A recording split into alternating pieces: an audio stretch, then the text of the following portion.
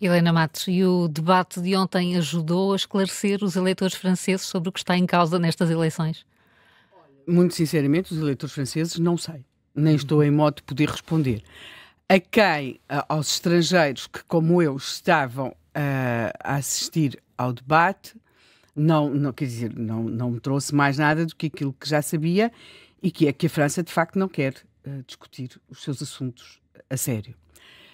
E isso, nós podemos discutir várias coisas. Eu acho que a França tem, objetivamente, um problema muito sério com a sua dívida pública, com o seu orçamento. Aliás, a sua dívida pública teve agora uma avaliação pior, os seus juros, e é curioso quando nós vemos na imprensa francesa que a comparação que eles estão a fazer é com Portugal, porque também foi em simultâneo, nós percebemos que há um problema, não é? Quer dizer, porque o peso que um país como Portugal tem face ao peso que um país como a França tem, ou seja, quando vemos um país como a França a dizer, mas Portugal, não sei o quê, quer dizer, há aqui dois problemas. Se eles estão a recorrer do nosso caso, é porque há algum problema muito sério, e depois é assim, nós fazemos parte de uma união e que tem até tendência para se aprofundar, e se uma grande, não é apenas uma grande economia, é um dos países fundadores, é um país com todo um historial, que cai numa situação de gravíssima instabilidade ou ingovernabilidade, o problema não é o problema da França, é o problema de todos. E é um problema de todos de uma forma muito grave.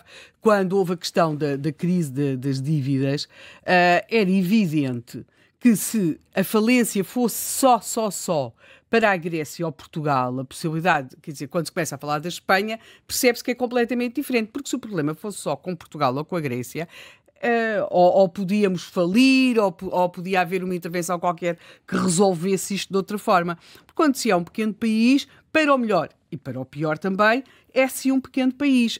Agora, aquilo que estamos a falar é de um dos grandes países, de um país fundador.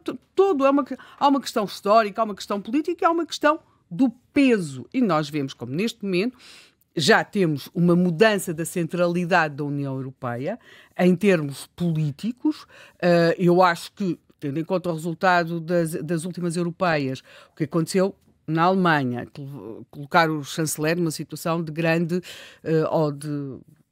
grande fragilidade.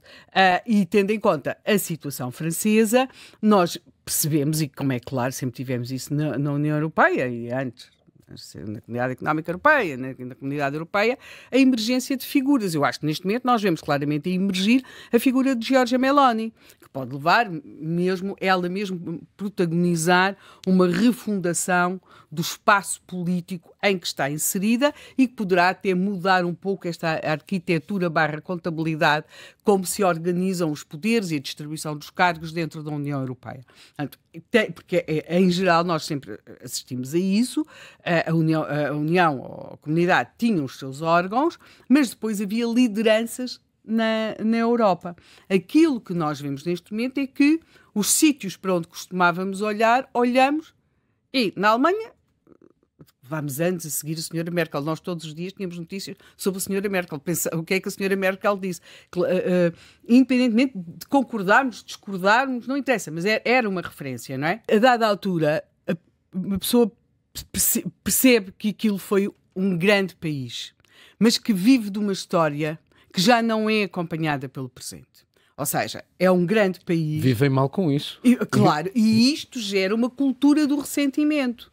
E gera esta cultura do ressentimento à esquerda e à direita, não é? Há ali uma cultura de ressentimento que se torna e que se mistura também com um certo messianismo. Aquilo que nós temos de perceber, aquilo é o país da Joana d'Arc, é o país do General de Gaulle, é o país do Napoleão. Ou seja, eles são...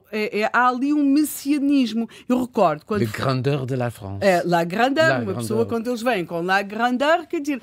Pronto, e percebe-se, quer dizer, qualquer acontecimento numa autarquia, Mary, tem uma beleza, uma elegância, um porte de Estado que é uma coisa extraordinária, não é?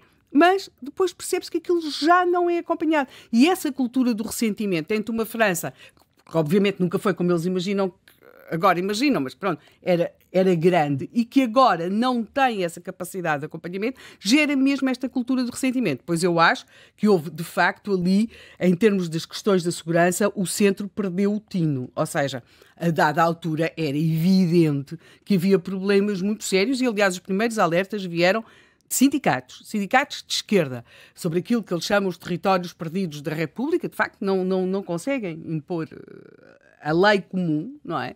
E, portanto, isso, mesmo agora, por exemplo, o que é chocante, neste caso desta violação desta miúda, uma miúda judia, 12 anos, que tem ali tem a violação, além de ser uma violação de uma menor por outros menores, há características de antissemitismo, porque ela era judia, mas para lá desse horror, e isto é uma coisa que se repete muito comumente nestes casos de violência juvenil, aqui quase infantil, mas enfim, não são apenas os atos em si, quando vamos ver o que é a vida daqueles miúdos, porque nós encontramos, quer dizer, aos 12 anos a mãe é surpassée, quer dizer, a senhora, ninguém controla uma criança, mas isto não é um caso, quer dizer, nós encontramos muito isto nesses tais territórios perdidos da República, nesses tais bairros. Portanto, houve aqui um laissez-passer que... O abandono. No fundo, é o abandono do Estado dessas regiões. Sim, dos professores, dos educadores de infância, dos funcionários das escolas, dos médicos, das autoridade do Estado. Da autoridade do Estado, e que foram os primeiros a começar literalmente a levar pancada, mas é que é literalmente a levar pancada, não é?